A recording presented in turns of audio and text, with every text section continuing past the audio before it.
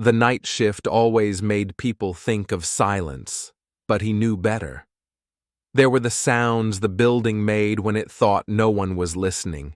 Elevators settling, pipes knocking, the low hiss of air systems pushing stale air through big lungs of concrete.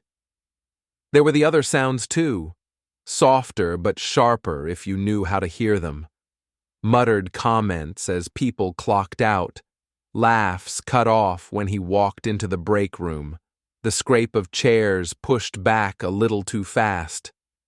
The building was a downtown office tower that looked anonymous from the street. Glass, steel, lobby marble, plants changed seasonally.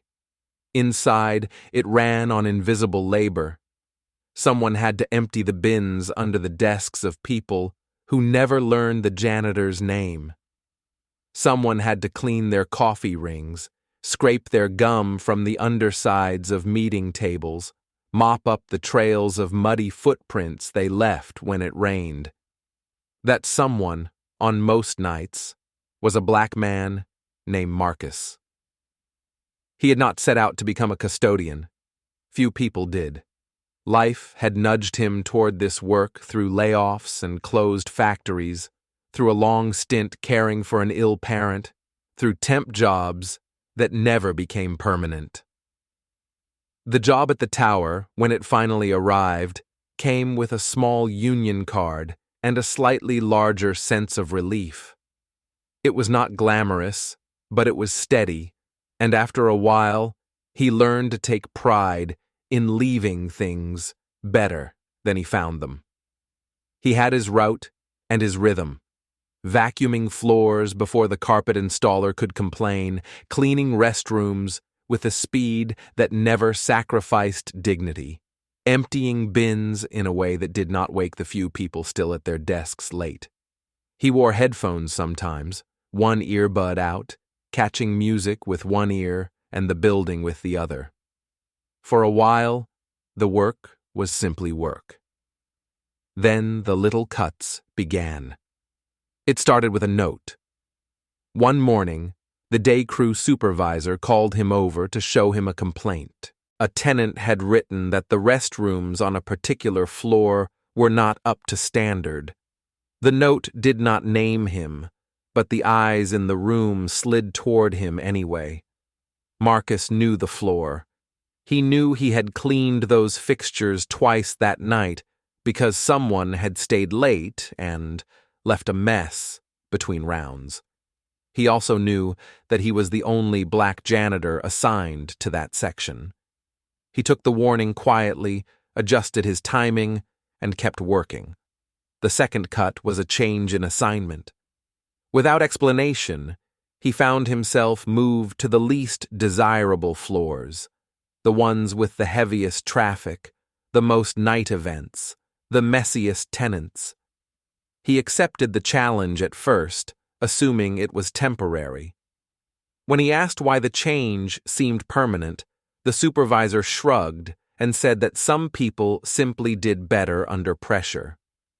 The third cut came in the form of a nickname he was not supposed to hear.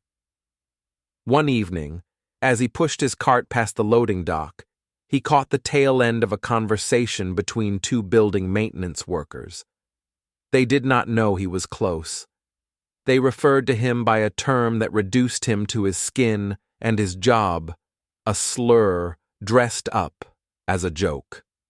Laughter followed. When he stepped around the corner into view, the laughter felt as if someone had slammed a door. Marcus had been black long enough to recognize a pattern. These were not isolated annoyances. They were direction. The worst part was not that people disrespected him. It was that the disrespect was beginning to affect his work in ways that could be documented and used against him. The union card in his wallet suddenly mattered more. The cleaning crew was covered by a contract negotiated every few years by a local representing service workers across the city. In theory, the union existed to protect people like him from exactly this mix of unfair treatment and papered-over hostility. There were clauses about discrimination, about fair assignment of shifts, about just cause for discipline. There was a process for grievances. There was a number on the back of his card. It took him 3 nights to decide to call. He made the call from his car, engine off, keys in his pocket, a thermos of coffee cooling in the cup holder. He described the assignments, the comments, the way complaints seemed to land on him and not on others. He did this carefully, without anger in his voice, lining up facts like bottles on a shelf. He was told that someone from the union would meet with him. The rep who finally came to the building wore a jacket with the local's logo and the tired swagger of someone who had seen too many contracts and not enough appreciation. He shook Marcus's hand in the lobby, nodded at the supervisor with the kind of familiarity that only came from years of negotiating across the same table, then pulled Marcus aside. The conversation was short. The rep listened with half his attention, checking his phone between notes. He acknowledged that racism was wrong in a tone that made the word sound abstract. He emphasized that the union had bigger fights right now. Wage scales under pressure, benefit cuts threatened, a looming negotiation with the building owners. He suggested that making too much noise about interpersonal issues could weaken their position. What Marcus heard behind the polite phrases was a simple message. His complaints were not a priority. He went back to his route that night with a new understanding.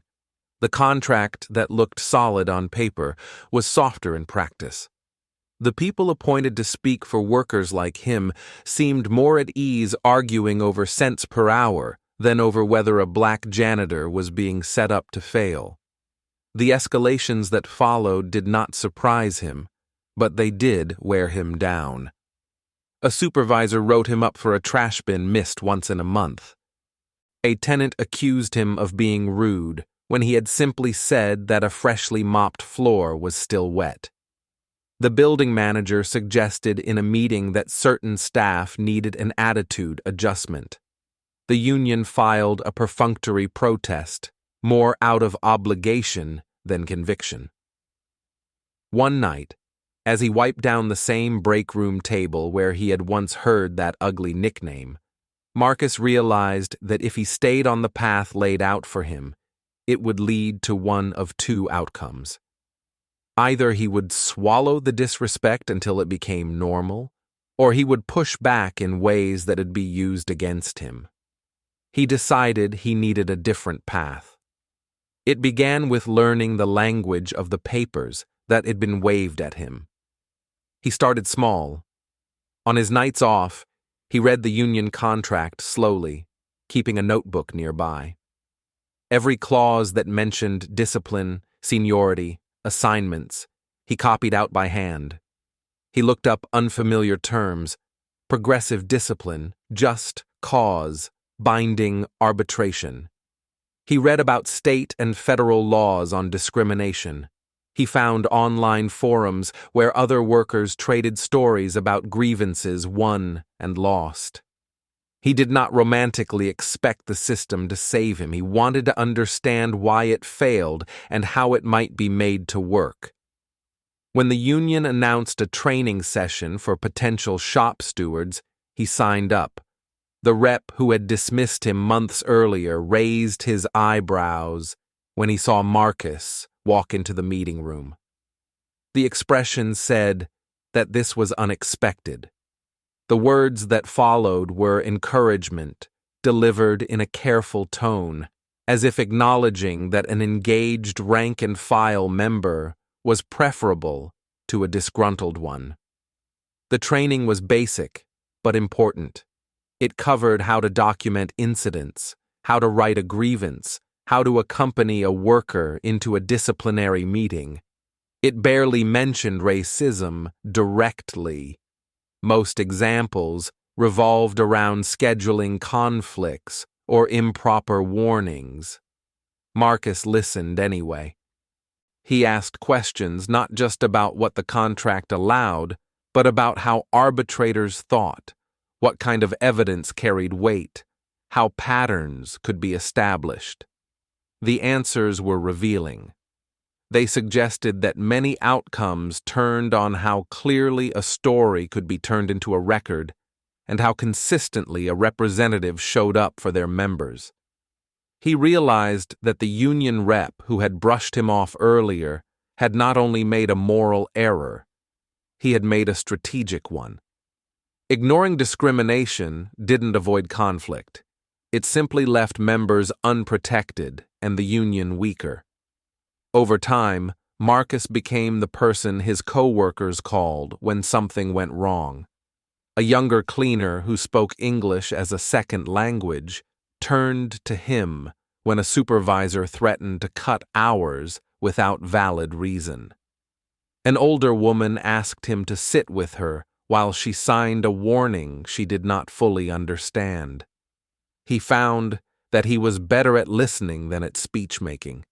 He was patient, precise, and careful with facts. He did not inflate expectations. He explained that not every grievance would be won, but that every member deserved to be taken seriously. In the process of fighting for others, he felt something in his own spine straighten. Eventually, his own long-simmering conflict with management came to a boil. A supervisor escalated his complaints, arguing that Marcus's involvement in union matters made him less focused on his duties. Minor errors, the kind anyone made occasionally, suddenly accumulated on paper. A suspension was proposed. The union, this time under pressure from rank and file, who now saw Marcus as an ally, filed a grievance and pushed harder than it ever had on his behalf. The case went to arbitration. That word, which had once sat as a vague legal term in his notebook, now became a destination. An arbitrator would be chosen from a panel, both union and employer agreeing on someone with a reputation for fairness. Documents would be exchanged. Evidence would be presented. A person who had never set foot in the tower's break room would decide whether Marcus's discipline stood. The hearing itself was strange. He sat at one table with the union rep and a lawyer. Across from them, the building's management and their counsel. At the head of the table, an older woman who said little, took notes, and occasionally asked questions that cut through noise like a blade. Marcus noticed the small details, how she marked the contract clauses, how she asked the union to be specific about patterns, how she pressed management to explain inconsistencies. For the first time, he saw the process not just as a worker under scrutiny, but as someone interested in how the neutral in the room tried to reach a just conclusion. He won. The arbitrator found that the discipline lacked proper basis, that the employer had bypassed steps, and that there was evidence suggesting they had targeted him because of his union activity. The suspension was erased, wages repaid, a warning placed in the decision that future retaliation would be viewed harshly. The victory was important, but something else lodged deeper in his mind. The realization that the person at the head of the table had been in a position to make real power answer to rules. He did not quit his job overnight. Life did not allow for dramatic exits. He still had bills, obligations, a body that felt every flight of stairs. But the idea of moving eventually from night janitor to someone like that arbitrator stopped feeling impossible. He began to study more formally. Community colleges offered evening classes in labor relations, conflict resolution, law basics. He enrolled one at a time, paying with a mix of savings and scholarships for non-traditional students. He read cases, practiced writing briefs, learned the difference between what a contract promised and what practice delivered.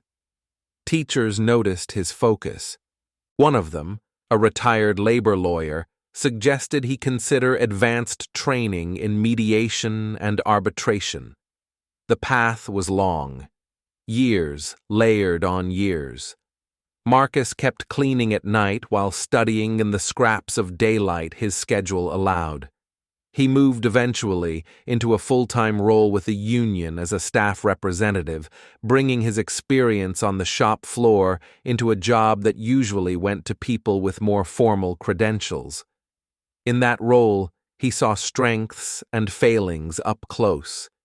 He defended members, he argued with employers. He also recognized that the union culture that had once dismissed him still surfaced in subtle ways. In the meantime, he completed a certification in mediation and began taking on small cases as a neutral in community disputes.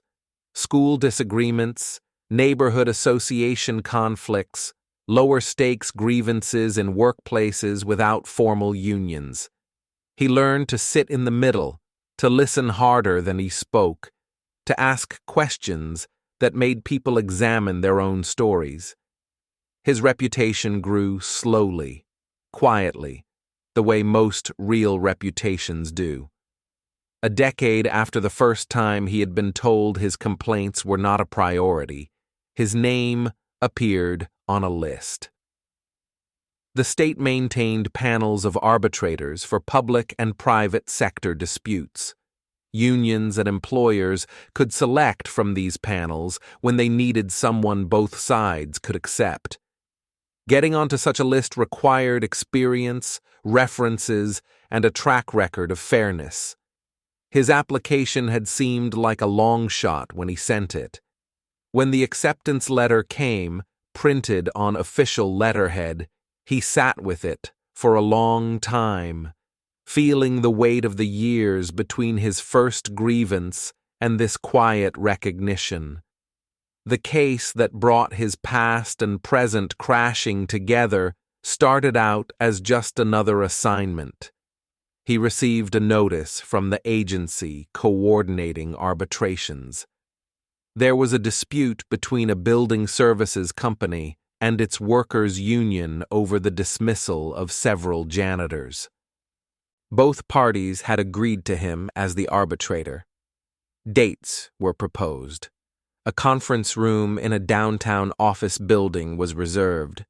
The name of the union local on the paperwork made him pause. It was the same local whose card had once sat in his wallet while he scrubbed floors at night. The same local whose representative had told him, years earlier in that tower lobby, that his experience was secondary to larger priorities. Leadership had changed since then, as it always did, but some names on the contact list were familiar. One of them belonged to the rep who had sat beside him at his own arbitration. He accepted the assignment.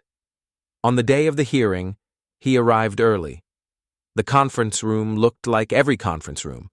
Long table, neutral walls, carafes of coffee, a box of tissues in the corner, an awkward speakerphone in the center. He arranged his notes carefully. He reviewed the contract clauses at issue. He breathed. The parties filed in. On one side, the employer's representatives, a manager, a lawyer, a human resources specialist.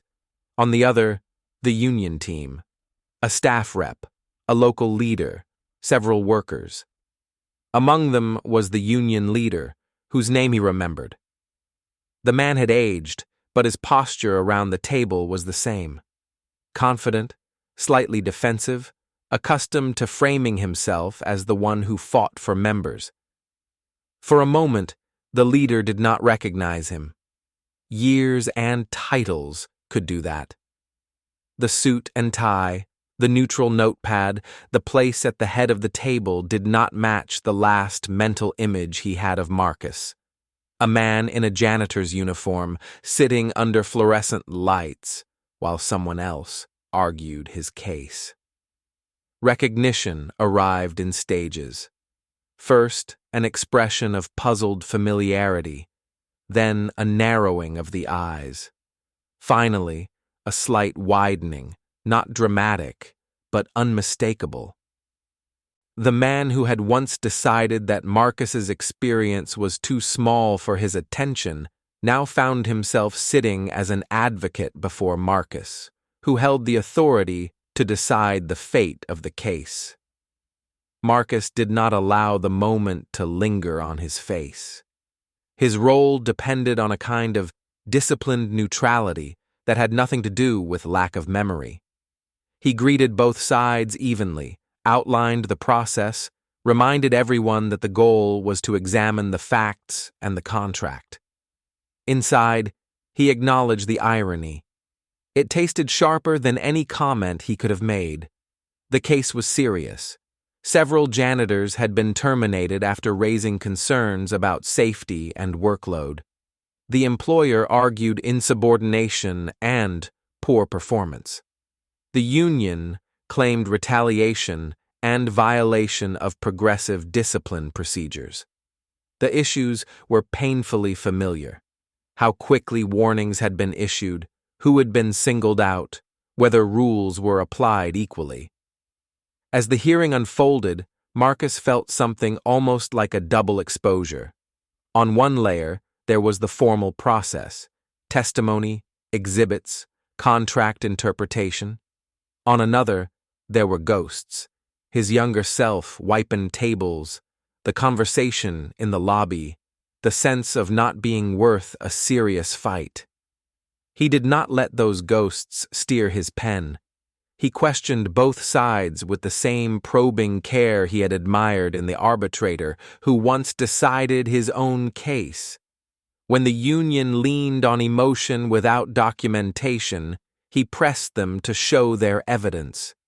When the employer tried to hide shaky discipline behind vague complaints, he made them walk through timelines day by day.